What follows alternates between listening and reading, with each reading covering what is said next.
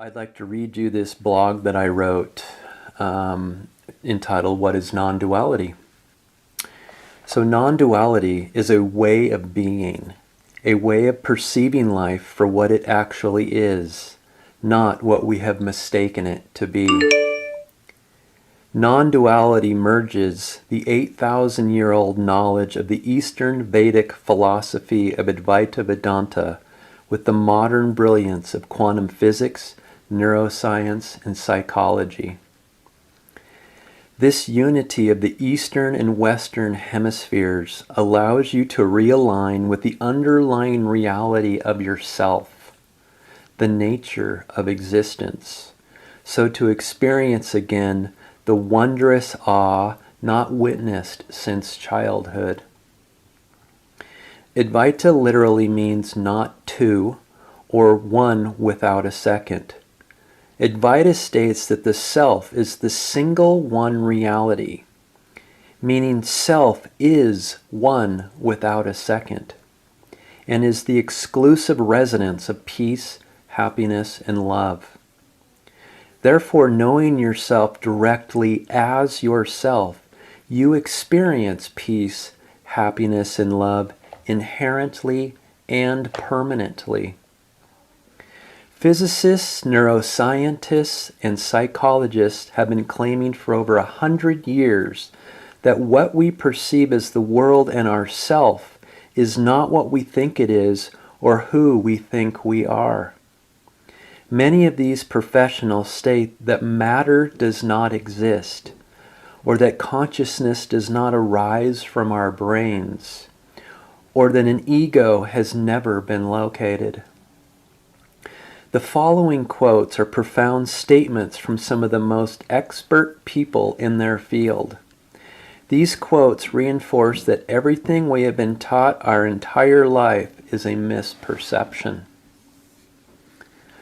Quantum physicist Max Planck, known as the father of quantum physics, once stated, "As a man who has devoted his whole life to the most clear-headed science, to the study of matter, I can tell you, as a result of my research about the atoms, this much: there is no matter as such."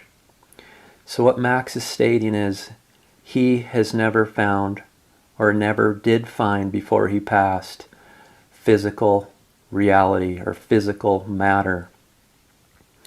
Recently, Bernardo Kastrup, a former engineer at the European Council for Nuclear Research, which is the 17-mile circumference Large Hadron Collider in Switzerland, said, "So what quantum physics is telling us is that matter has no standalone reality," meaning that what we perceive as the physical world is not what we perceive it to be.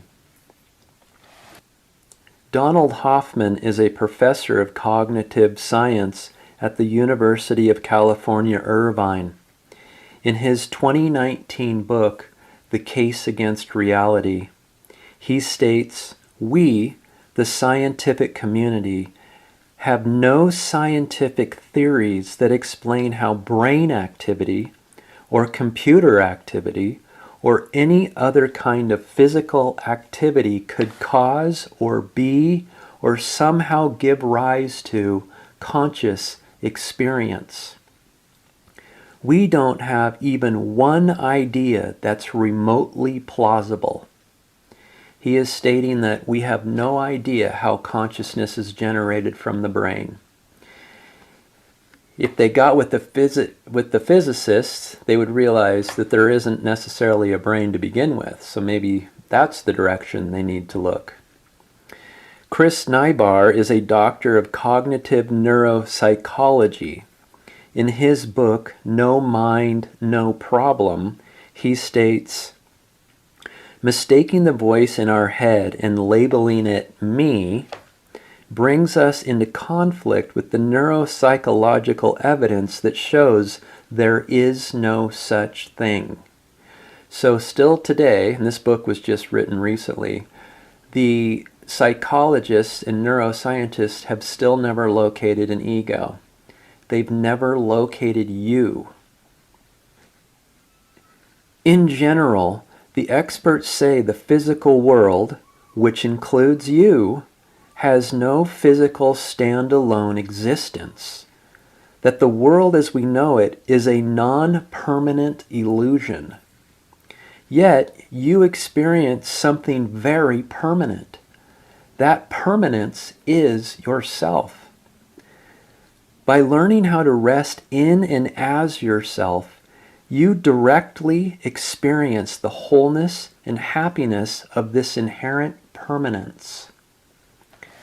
Non-duality could be described as directly experiencing the Western culture evidence derived from quantum physics, neuroscience, and psychology by practicing the wisdom of the Eastern cultures, all to witness the permanent wholeness and happiness to which the Eastern and Western intelligence points.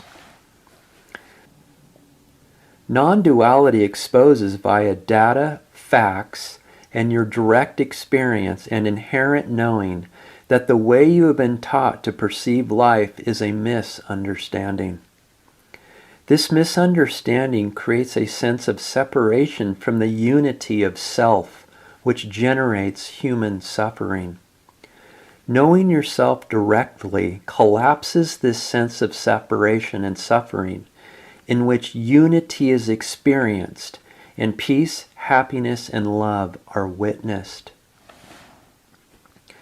The paradox of it all is that you do not need to learn anything new to experience the wholeness of yourself. You don't have to be a physicist, psychologist, philosopher, cultural anthropologist, or theologian to know yourself. All that is required is your curiosity, your willingness and courage to want to experience what is being pointed to here. In fact, every topic herein will need to be abandoned eventually. It is in the abandonment of beliefs, ideologies, and knowledge that true happiness and peace arise. Non-duality is the journey back to yourself, a distanceless, effortless trek back to your heart, back to the wholeness of reality where unity resides. Your heart is the place you have been longing to return to your entire life. Non-duality is the vehicle, a way of being that graciously guides you and returns you back to the unconditional love and wholeness of your heart, of yourself. Welcome home.